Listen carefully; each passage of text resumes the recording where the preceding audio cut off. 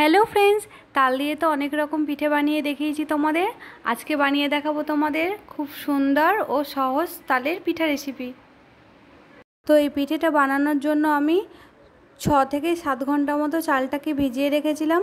তারপরে জল ঝরিয়ে একটা বাটির মধ্যে রাখা হয়ে গেছে।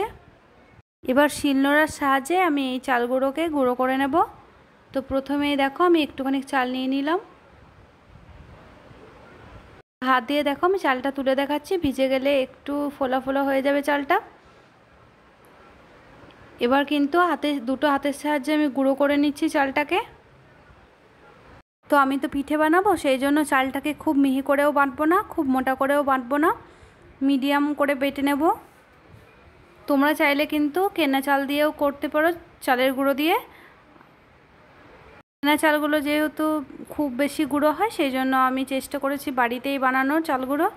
তো দেখো কত সুন্দর চাল গুঁড়ো আমার বানানো কমপ্লিট হয়ে এসছে। একটা বাটির মধ্যে আমি তুলে রেখেছি।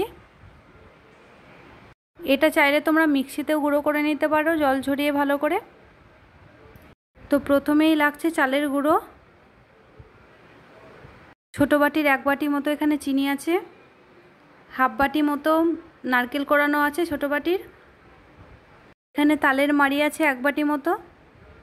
প্রথমেই দেখো আমি এখানে নারকেল কোড়ানো দিয়ে দিলাম, তারপরে কিন্তু তালের মাড়িটাও দিয়ে দিলাম, তারপরে চিনি দিয়ে দিয়েছি, একটুখানি লবণ দিয়ে দিতে হবে। মিষ্টি জাতীয় যে কোনো খাবারে একটু চিনি দিলে কিন্তু ভালো হয়।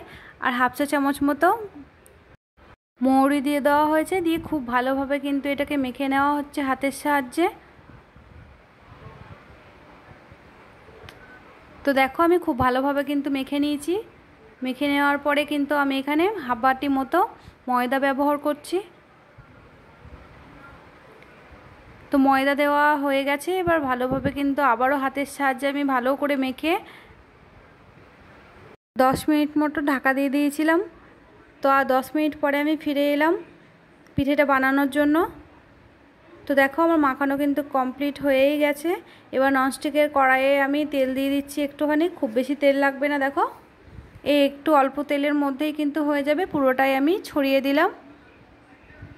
তো তেলটা গরম হয়ে এসেছে, একটা একটা করে পিঠে আমি কিন্তু দেখো দিয়ে দিচ্ছি। তো প্রথমটার মতোই আমি সব পিঠেগুলো দিয়ে দিচ্ছি কড়াইয়ের মধ্যে। এটা যেহেতু পিঠে বানানো হবে, সেই জন্য একসঙ্গে অনেকগুলো পিঠে দেওয়া হচ্ছে। আমি এখানে 6খানা পিঠে দিয়েছি। দেখো প্রথমে পিঠেগুলো কিন্তু মিডিয়াম দমে ভাজতে হবে। তো আমার এক পিঠটা কিন্তু দেখো ভালোভাবে ভাজা হয়ে এসছে। আমি পরের পিঠটা উল্টে দিচ্ছি। তো সবগুলো পিঠেই আমি পরের পিঠগুলো উল্টে দেওয়া হয়ে গেল। এবার আবারও কিছুক্ষণ সময় নিয়ে পিঠেগুলোকে ভেজে নিতে হবে। এই পিঠেগুলো কিন্তু আমি ছোট ছোট সাইজের করেছি, তোমরা চাইলে কিন্তু আরও বড় সাইজের করে নিতে পারো। অনেকে অনেক রকম সাইজের করে, আমার এই সাইজটা ভালো লাগে, সেই জন্য আমি ছোট ছোট সাইজের করেছি। তো পিঠেগুলো ভাজা আমার কমপ্লিট হয়ে এসছে। দেখো আমি প্লেটে তুলে নিয়েছি। তো এই ননস্টিকের কড়াইয়ে কিন্তু আরও একটু তেল দিয়ে আমি আবারও পিঠেগুলো দিয়ে দিচ্ছি। দেখো সবগুলো পিঠে আমি ওইভাবেই দিয়ে দিয়েছি। তো এক পিঠটা আমার ভাজা হয়ে এসছে, আমি পরের পিঠটা সবগুলোই উল্টে দিলাম।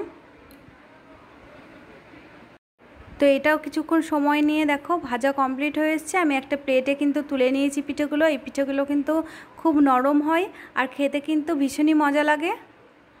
বেশি খাটনিরও প্রয়োজন হয় না এবং তেলও কম লাগে।